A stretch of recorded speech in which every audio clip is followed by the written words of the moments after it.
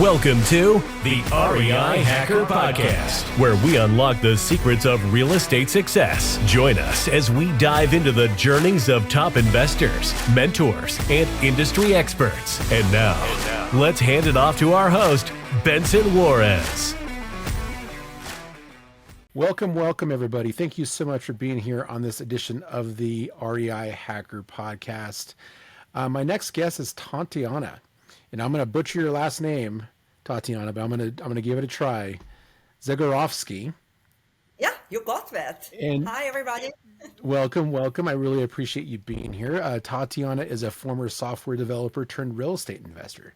She's also an author for Tampa Bay Business and Wealth, writing on topics like real estate, market trends, financing, and avoiding scams. Tatiana got into real estate to rebuild her own life after being blindsided by a series of life-changing challenges. She specializes in helping people with various real estate needs, including buying, selling, creative financing strategies, and more specifically, strategies like subject to transactions. Tatiana, thank you again for being here. Really appreciate it. So today you focus mostly on helping people who don't meet traditional underwriting guidelines to achieve the dream of homeownership, so they can build their financial futures and build generational wealth. Why is that mission so important to you? Thank you, Benson. First of all, thank you for having me here. And great question. You know, being an immigrant and moving to United States into corporate world, I didn't know a lot of things when I started my real estate business. And when I started, I discovered that there are many good, hardworking people that are not eligible to qualify for traditional mortgages. So they cannot achieve that American dream of owning their own house. And I believe it's extremely important for a person, especially for a family. And when I realized mostly it's because of lack of information available to them, and I can step in and help them, that's exactly what I started doing.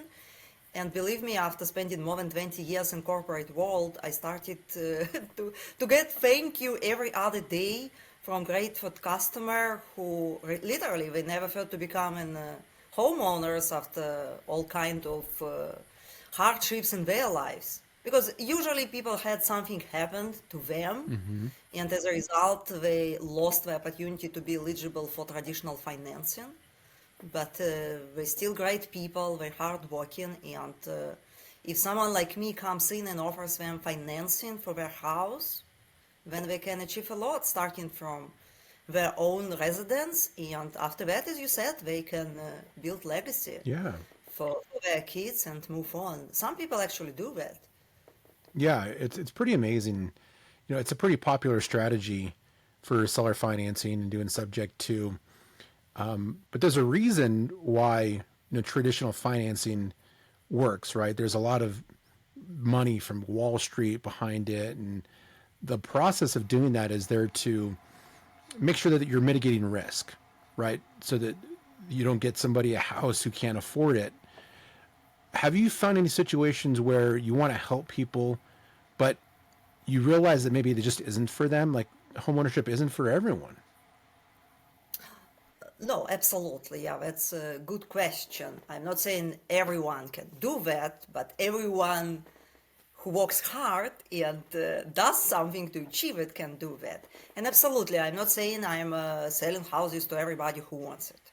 There is some kind of verification. It's less strict, like with traditional mortgages. But I always double and triple check to make sure the person is comfortable making those monthly payments and understands the consequences if for some reason he stops paying, because this way not only the buyer will lose their house, but they also will lose all the payments they made so far. Very similar how traditional lending works. Yeah. So you started off as a software developer, and somehow you got pulled into the real estate game. What was it that wanted you to make that transition? Well, I would say I left my own country, which was long time ago. I already live outside more than I lived there, with the dream to become an entrepreneur. I just wasn't sure what kind of business I will be running, but I knew I will be running a business. And since I had a master degree in math and I was already working in software developer in my home country, like it was very easy to get my foot into corporate job because I'm a humble person, but to be honest, I'm pretty smart. So I got into large corporation in software development. I relocated from my job to United States, but I was always on lookout for the right business for me. And I tried all kind of, side businesses, but nothing hit home. And when I came across really cheap, like $27 training, 5 hours real estate training, it was eye-opening for me because I was under the assumption, like many people probably think, you need a lot of money to start real estate business. And apparently it's not the case. So the moment I learned, the basics, I realized I found what I want to do. And I jumped right in. It wasn't without challenges, as you mentioned. I got scammed basically on my first deal. But anyway, I knew in my guts that I found what I will be doing for the rest of my business career. I'm not sure I will be doing it for the rest of my life, but definitely for the working business years. Right. So you mentioned your home. Where are you from exactly? Well, I was born in Soviet Union, the country that doesn't exist anymore. Later, when Soviet Union fell apart, I lived in Russia for a few years. I left Russia in 1999 and moved to Israel. I spent almost 5 years in Israel. That's where I joined large nationwide corporation. And I relocated to St. Louis. That's the headquarters of my company were. And I worked for almost another 20 years here in St. Louis while looking for the right business for me. I hold 3 patents in software development. I was always looking for creative ways. And last few years of my career, I was in charge of innovation and efficiency. So I was helping my clients to save millions of dollars, but I wasn't getting any part of those millions. Right. So I really wanted to find something that I can use my own brain to make money for myself and help people in the process. That's great. And So we're in this interesting time in our country's history where there's a lot of people that are unhappy about living in the United States and think that the United States is, oppressive and there isn't any opportunity here. And I was in the military for a while. I spent some time in the former Republic of Yugoslavia, Kosovo. I was there for 6 months. That was the furthest east I got. I spent a lot of time in Western Europe as well. But I saw some like really bad situations for a lot of people that just never had the opportunities that Americans have. What can you tell people about your view about how people can thrive and be an entrepreneur in America versus some of the places that you live or that you know about? yeah, absolutely. Frankly, every single day, literally, I'm not kidding, I start with gratitude, and the first thing I'm grateful for is that I live in the United States of America. Because I believe only people that were not in a really hard situation, didn't live in those social communist countries or like Middle East, they don't understand how lucky they are. America is the best country I ever held citizenship. So my American citizenship is the most precious for me. America opens so many opportunities for people who want to achieve something. It's unbelievable. Like the main reason I left Russia, because in Russia at that time, being a young, smart lady, to run a business, you basically had 2 options. You either needed to have, family money and connections, or to be honest, you had to sleep with some wealthy old man. And I didn't want that. So, Or, and in or be a America, criminal, right? Or you could go doing, be a criminal and run your business that way too, right? yeah, also, yeah, there is always like black and white cash flows, Right. but it's different. Like everything was done on connections. And just having right mind and ideas were not enough. Right. And I know the situation maybe changed a little bit, and I'm not saying everybody who is running business in Russia is criminal or has some bad connection. No, there are people who made money with their own brain too, but it's like less likely. Let's put it this way. Yeah. And United States is the opposite. It's really anyone can achieve anything he or she puts her mind on. So I'm extremely grateful to live here, to be a citizen, and I don't talk politics, but one thing I can tell, I don't want to see United States turning into social country, because people who want that, they don't understand what socialism is. Yeah, I think you're right about that. I think they're just misinformed and maybe more driven by emotion than rational thought. And that can catch people, right? Their emotions kind of overtake them and they can make decisions they maybe wouldn't make otherwise. But thank you for that. I don't want to make this a political thing, but it's worth noting, because whether we want to be political or not, the decisions that the country you operate in or the city you operate in or the state affects the way that you do business. And so there's things like, I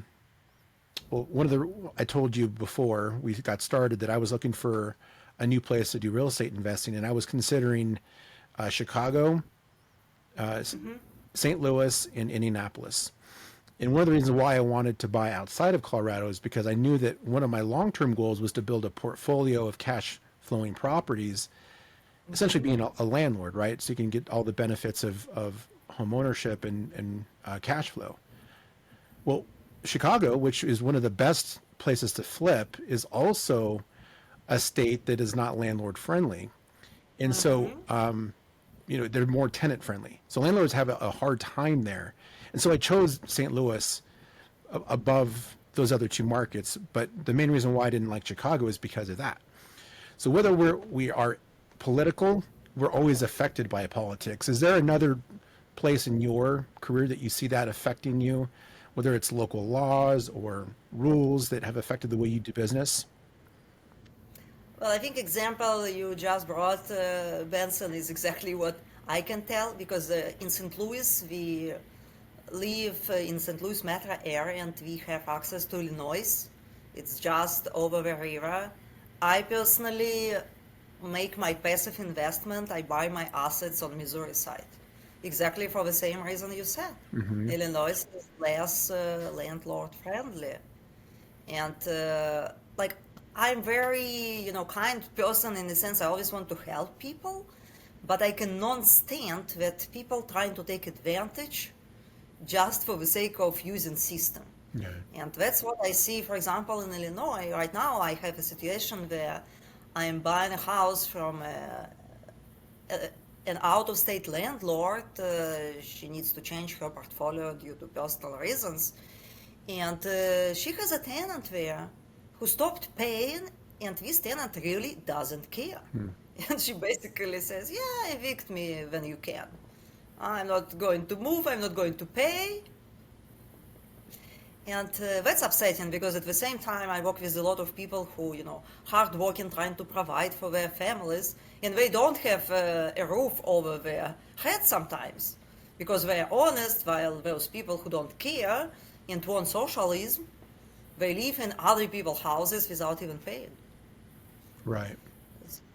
So yeah, I think what you mentioned about landlord laws is probably the only thing that I'm kind of careful in my business. But other than that, personally, as of now, I don't feel anything, any impact of political situations. Of course, like I'm watching every 4 years what's going on with elections. Right. And I'm trying to follow, major updates. But I think if more people minded their own business, the life of everybody will be easier. Because regardless of political party, the leaders care only about power and money, regardless how they call themselves. And unfortunately, not everybody understands that. Right. And whatever is, painted in nice colors cannot be the truth behind the scene. Yeah. And I learned this lesson in Soviet Union, believe me. It's probably... Oh, I can only was imagine. The childhood. Interesting. So you mentioned that you're pretty passionate about, taking a stand against people who are, take advantage of the system. And, you've had some past experiences where you got taken advantage of. You said you got ripped off on one of the deals. Can you dive into that a little bit more about what happened to you that made you so passionate about making sure that you are, pointing at these scam artists and making sure that other people don't get caught up in the same net you did? Yeah, absolutely. Thank you for asking, Benson. So it was literally my first real estate deal. At the time, I was still working at my corporate job, having decent salary, and I was eager to start. I didn't have experience. I just had passion, desire, and gut feeling. So I joined pretty expensive membership to learn real estate, and frankly, it's very important to find right mentors when you get into real estate. You probably agree with that too. And this particular membership was female only, which usually I don't like, but somehow I ended in female only environment. And they were preaching that we are all friends, girls power. Frankly, I don't like all that stuff, but it sounded like everybody is nice. So one of the members who presented herself as already experienced, she had a few flips under her belt. She presented herself also as a pastor running a church with her husband. And she had a deal and she was looking for equity partner. And I had the amount she was looking for, and I was thinking, okay, why am I learning the ropes and looking for a deal locally? Why not to JV with someone experienced and learn from her and make some money at the same time? So I reached out, she kind of selected me. Now I think it was a game. There was no real competition, but it was played like I was chosen based on some qualities. And originally it was supposed to be a quick flip or even like wholesale, not a full flip. And quickly after that, she brought an idea to turning it into short-term rental. And I really wanted to have a short-term rental in Florida. Who doesn't, right? But again, I don't know why. Frankly, I'm very hype person. I like to have things under control. But in this particular situation, I basically allowed the other person to make all major decisions and let her, run the deal. Because even when we decided to do short-term rental, and it was decided that we will cash out refinance under my personal credit, and I had a lender lined up when I knew, somehow I allowed her to push me toward her lender. And bottom line, real estate investor understand that. What happened originally, I held the title with her, with our corporations, our business entities.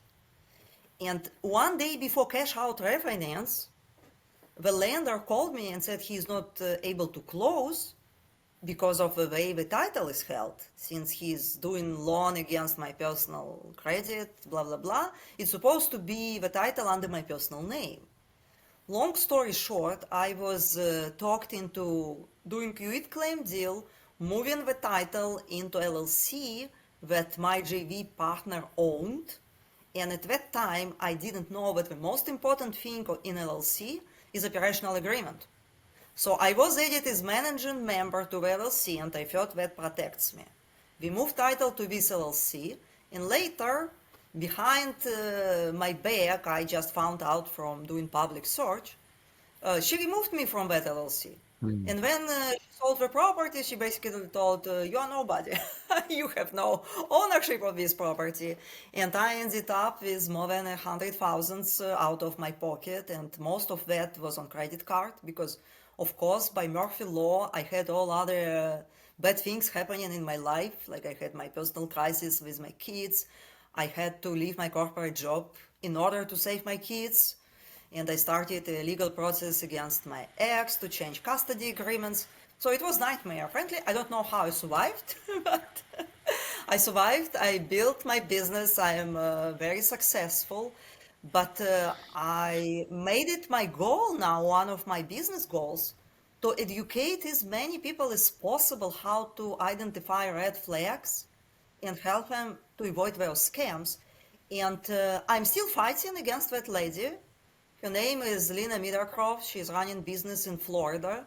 I still have a legal case going on in Florida. I won arbitration, but she's not paying me. So now I need to convert arbitration award into judgment, and after that file another case. I'm not giving up. I am a black belt, I'm a chess player, and I am a tough cookie. I'm not letting the scammer to thrive, because a lot of scammers, they thrive on the fact that victims feel shame. Yeah. I met another victim of that lady, and she was so devastated and so ashamed. She blamed herself. I'm like, no, you are not the one to blame. That's the scammer who intentionally took advantage on us. We need to fight, and the more victims will come out and speak up, Yeah. the easier we can stop those scammers, and they are on all levels. Did you On, let everybody in that group know that this had happened? Were they surprised that it happened? Were they like, oh no, that person would never do that? Do they believe you? well, I didn't share anything until I won arbitration award, because I didn't want the situation she say, he say. Right. I based my statements on facts and on hard evidence. So the moment I got the award, and I have a whole shared folder of evidence to prove, but it's like a lot of things, I reached out. They responded thanking me. They kicked her out. 2 days later, they put her back. I think it's some political thing, because by that time she was speaking on their podcasts, getting some kind of awards. I don't want to talk about this organization. I already moved past it, but on my social media and everywhere, I'm sharing this information. Now I have some articles going on in various outlets, not only Tampa Bay Business. I was also published recently in Grid Daily. Well, it wasn't my article, but my story was mentioned, how to avoid bad partners. It was an article about scammers in real estate, different type. Yeah.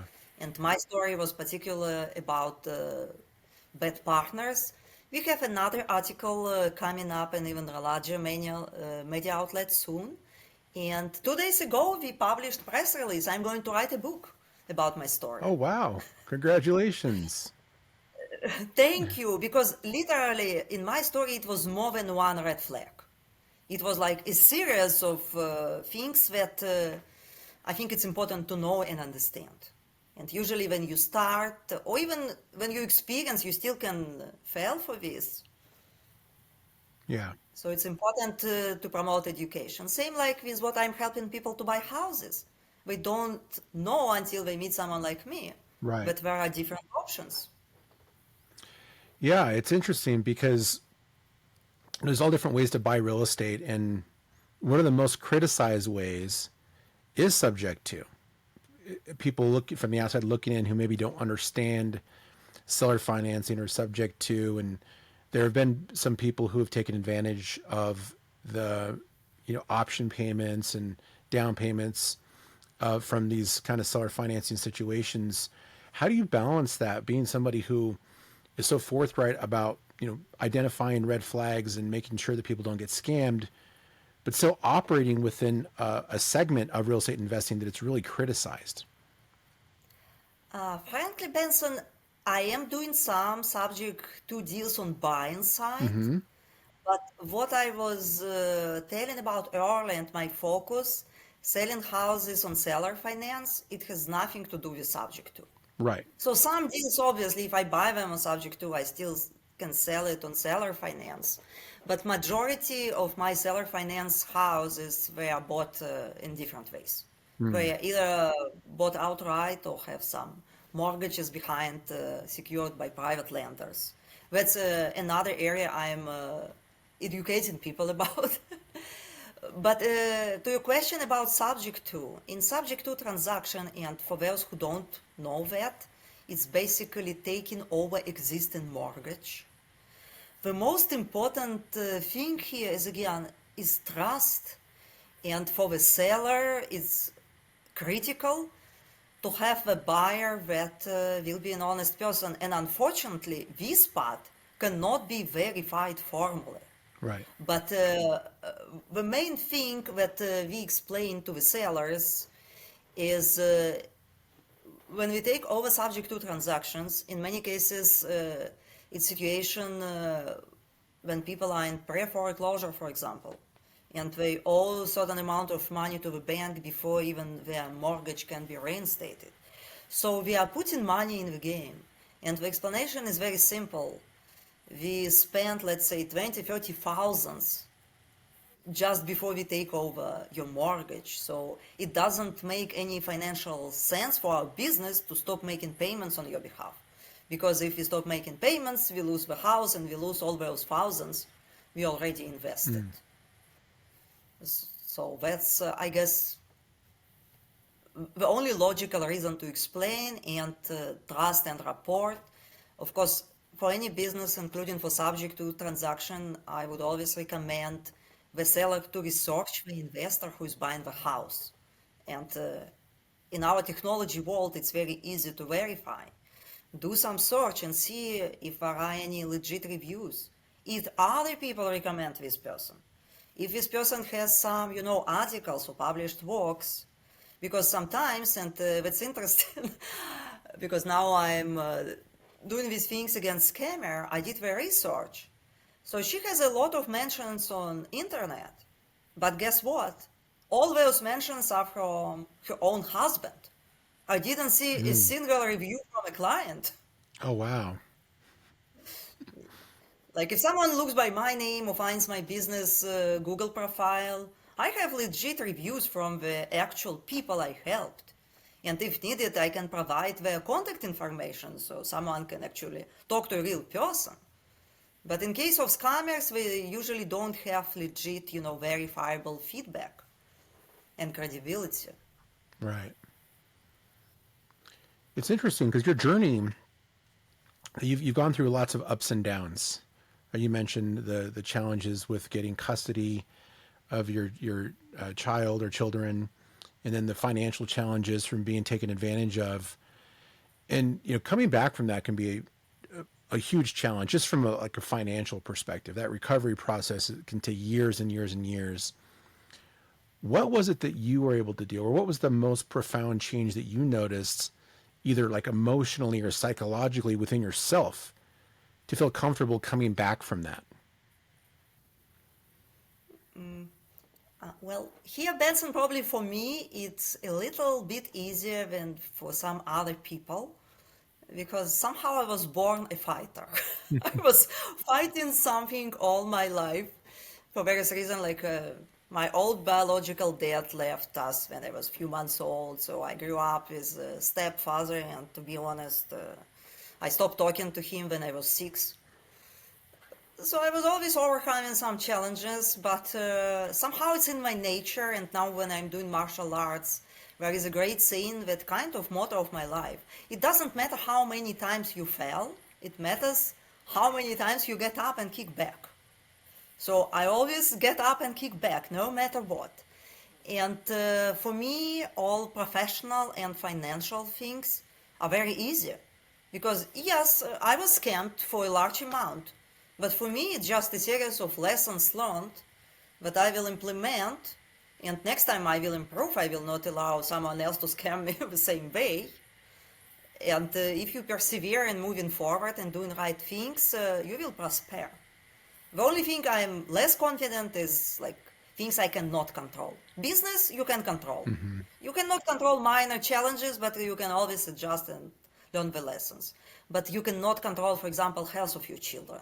Things like that really can put me down, but everything else is pretty straightforward, especially in the United States of America. Come on, there are tons of opportunities here. Just do the work, not the work, I don't like the word work, but do actions. Take massive actions, do the right things, and you will get positive results. And you will attract right people, because yes, I attracted a few scammers and bad people, but lately I attract mostly really nice people. We are learning from each other, we are helping each other, And real estate is people business. So that's another great thing, because in corporate world, people can smile to your face and, backstab you, Right. because there is only one, position of a manager or whatever. There is only a certain number of bonuses. And in real estate, everybody can win. And that really amazes me. And now I truly do what I love, and I love what I do. And that helps also in other challenges. Oh, Because, absolutely. So, okay, something bad happens, like, basement flooded, ceiling fell through. It's just part of a business. We get it fixed and move on, and it'll be another deal. it'll be another deal, right? And like you said, you take something away from those bad deals or bad experiences and you learn from it. But there was something during your journey where you mentioned that things kind of just turned around from you, and it happened when you joined a new mastermind. That Yes. maybe these are where you're talking about now, these people that are really supportive, and it's a good place for you to thrive. Can you talk about that mastermind, and how is it different than the first one? Yes.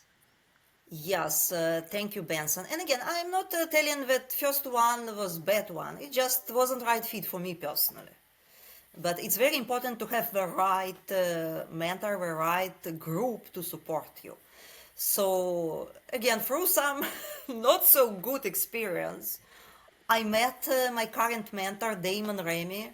He is the founder of software company REI I love BlackBook. Damon. And since I'm an expert in software, the first thing I learned when I was watching the presentation, I'm like, oh, this tool is written based on my standards. That's how I expect my teams to work on software, because it's flexible, it's customizable, it has big picture in mind. And when I met Damon and I went to Bootcamp, and I just knew immediately that's the person I want to learn from. And he was promoting his mastermind. I joined immediately. Like, I didn't have money. I used my credit cards because I knew right people, right circle, right mentor is super important. And I've been there for a little bit over 3 years, and I was thinking about it literally last week. Every year, thanks to that mastermind group, thanks to Damon, there is some, pivoting event happens to me, and I'm moving to the next level, or I'm opening another stream in my business. It's just amazing. And the whole group of people, it's pretty small group, because the first one, they were after quantity, less about quality, in my opinion. Right. And Damon more about quality. His mastermind is not large, seats are really limited. And over time, we all become like a family. And there are super successful entrepreneurs there making, 7 figures or more. And there are people who just start. But everybody is helping everybody. If you have a question about real estate, someone in the group probably done it or doing it now. And, Damon is connected to a lot of people. So he can always find someone who can help you Oh yeah. with particular subject. And he's amazing human. Oh, he's Like, he wears awesome. his He's heart right on there in his St. sleeve. Louis with you too. And that's, I think, what helped me a lot, because with my family situation, I wouldn't able to travel too much to different cities. And our mastermind had mostly in St. Louis, with only one trip in a different state, and I could manage that. Right. But yeah, for me it was lifesaver meeting Damon and discovering that he's here in St. Louis. Yeah, I'm in a mastermind with Damon, actually. In Oh, which the family one? mastermind. Oh, I heard about that. I don't know the details, but I think Jeremy also part of Yeah, that. Jeremy's in it. There's quite a few people that the audience probably knows of that's in this mastermind. But yeah, they're fantastic. I really recommend them to people who can afford them financially, because it takes some time to get going in those things. Because when you're first brand new, you go to these meetings, you don't really know everybody, and there can be kind of cliques of people that hang out together. Maybe not so much in a smaller one like Damon's, but even in the family, there's 300 and something people in it, and you notice there's people that have known each other for years and years. Yeah. And it's sometimes hard to break through that. But if you put in the effort and you're just forthright about what you need and how people can help you, and also how you can help others. I think that's the main thing about masterminds too, is you can't go in there wanting to take. Like it has to be a give and take. So what can you offer the group? And even if you're brand new, there's still something you can offer, right? Whether it's, somebody that they can talk to, accountability, maybe you got the ability to bring deals or hustle or deals to the table, or maybe it's just money. That's the main thing about a mastermind, to be able to get out what you want is you got to bring something to it, right? Absolutely, and sometimes, especially when you are new, you might not even know that you are bringing something. And I believe every mastermind runs a little bit differently. Like ours has hot seats where everybody is speaking in front of others. And it was interesting because when I joined, I felt I have nothing to bring to the group. But apparently, after each of my hot seats, some people were coming and thanking me for something.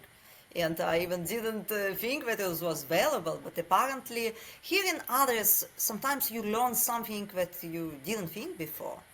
But once you gain experience, then you can offer, things that you feel clearly comfortable providing value. For example, being in St. Louis, I'm wholesaling to a few members of our mastermind who are out of state. Because as you mentioned yourself, Benson, St. Louis is very attractive real estate market, and we have a lot of out-of-state investors. I do partner JV with some of our team members because now I already have, good name in the area. I know a lot of people, and in some cases I can move deals that other people cannot. So sometimes they reach out to me with JV, and I'm all about, sharing and JVing, because I truly believe making 10 deals with less profit in each is much better than making one deal and making 100% of profit on one deal. Right. Because it opens your horizons. Once I started, JV with people, and they know I'm not greedy, I'm always looking for long-term relationship. My best wholesale deal came from one of his JV partners, because we had something to give each other. Right. Help each other, and it was huge win for me. And we helped a seller, and in this particular case, I even had to buy tickets to Thailand and put down payment for a health facility in Thailand. Like the seller was starting life all over. Oh, wow. And as I was joking, in this particular case, I was ready personally to accompany her to Thailand if needed. Wow. To make things work. Sometimes you need to be creative and go extra mile, and being creative is my strong side. Yeah. As a chess player, I love, combinations and winning situations. And that comes from like your background in being a software developer, right? There's a lot of creativity in coding and problem solving. What was it that you were able to take from your first life as a software developer and apply to your this life, your next life as a real estate investor and problem solving to help people in difficult challenges? Yeah, absolutely. And first, I used to be competitive chess player also. Oh, wow. Back at one point I was considering to become a professional chess player, but I decided not to do that. So having this mind that I always think few moves ahead is just my nature. And then I was in software development, but not just in software development. As I said, I was in charge of innovation and efficiency. I was always looking for ways to be more efficient, make more money with less work or whatever. So definitely it helps with real estate because for any deal, my mind is like, I have 4 or 6 processors inside my head. So when I have a challenge, I'm finding all kinds of different ways, and we discuss it, brainstorm with the owner what works best for them. But it's important to think it's important to think outside of the box. And to be honest, I would say especially in large corporation, 90% of people don't have the ability to think out of the box. Right. So the fact you are a software developer doesn't mean you are super smart or creative. It just means you got there somehow. Right. But the true ability to think logically as a chess player or strategic thinking really helps with real estate. It opens a lot of horizon. And how to fund the deals. Like, Yeah, I agree. Do you think there's going to be any challenges for the next generation coming out of education, whether it's college or high school, and their ability to problem solve and overcome challenges? Do you think that they're going to have a different set of problems than people who, like us, that came before them? interesting question. Don't forget, Benson, I didn't go to school in the United States. But what I observed with my kids going to school now, to me it feels, and again, I cannot speak about all kids or all schools, but what I see in public schools here in St. Louis, they don't train kids to think. And they don't train their brain. Like when I was going to school, we were reciting poems by heart. It was part of education. We were supposed to learn something by heart. We were supposed to do calculations inside our head, not using any calculator. Right. And like when I go to store, I quickly look at the bill and make sure if it's right or wrong within, a few seconds. And my kids, Mom, how did you know that you overpaid? I'm like, I know the math.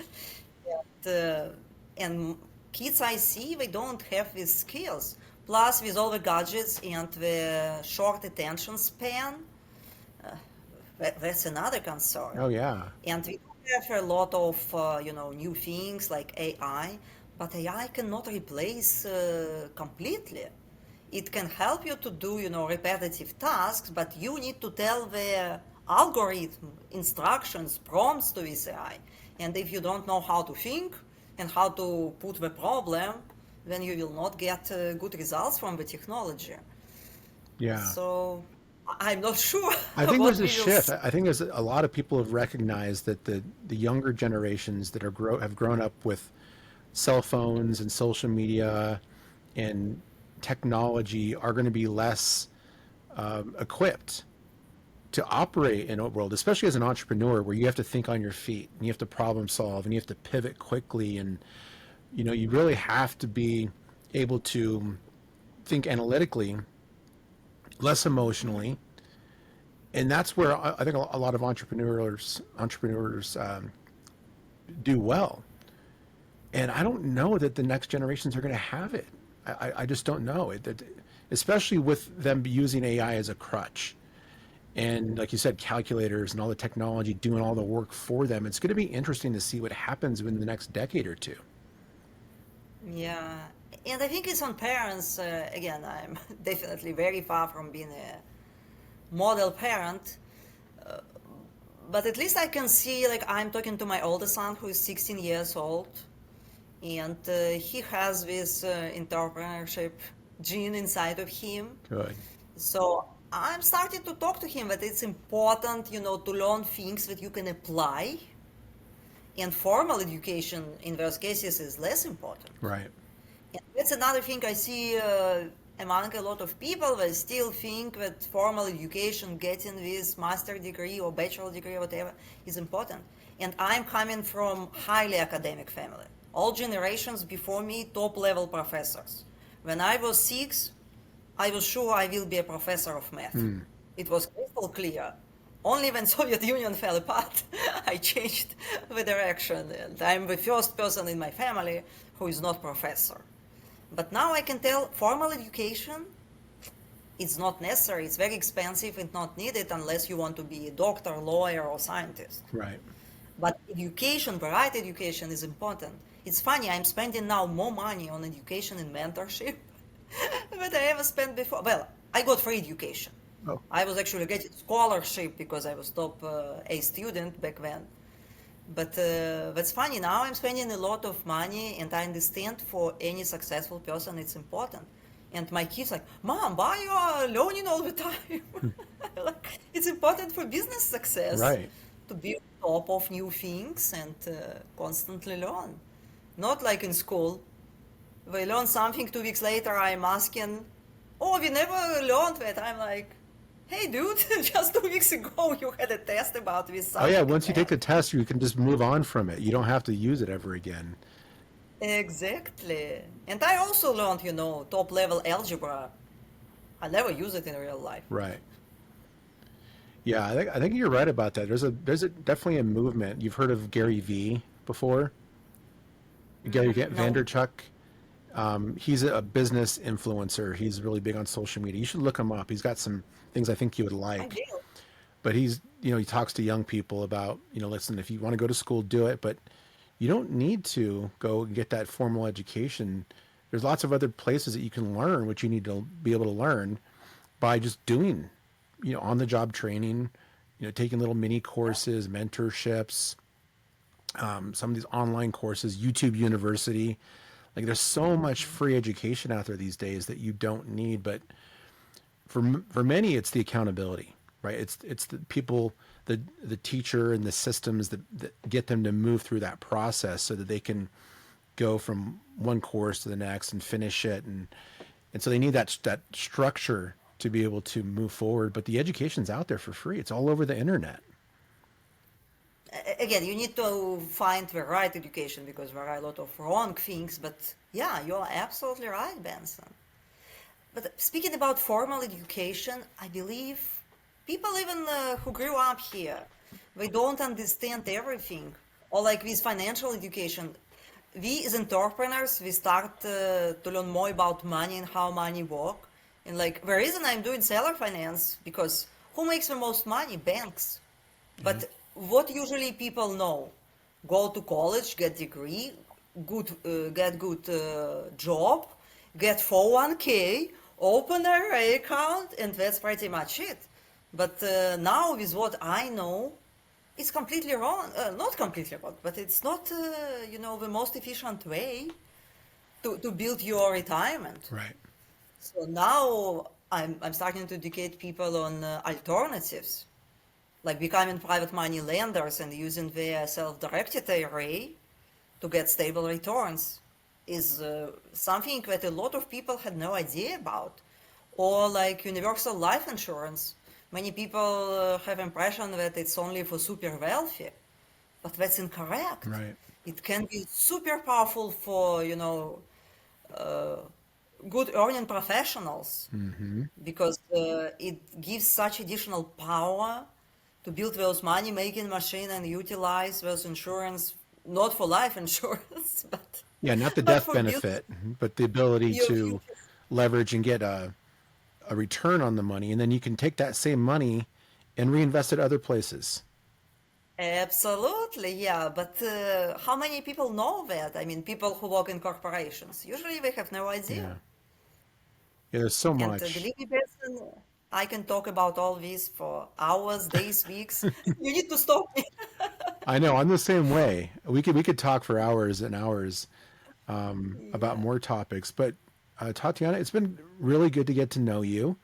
I'm really happy that Jeremy connected us, and you're doing some really exciting, amazing things. And congratulations on all of your success thus far. I mean, Thank who you. knows where you're going to end up in the future? And obviously, it's rubbing off on your children, right? You've got a son. You said is getting ready to be.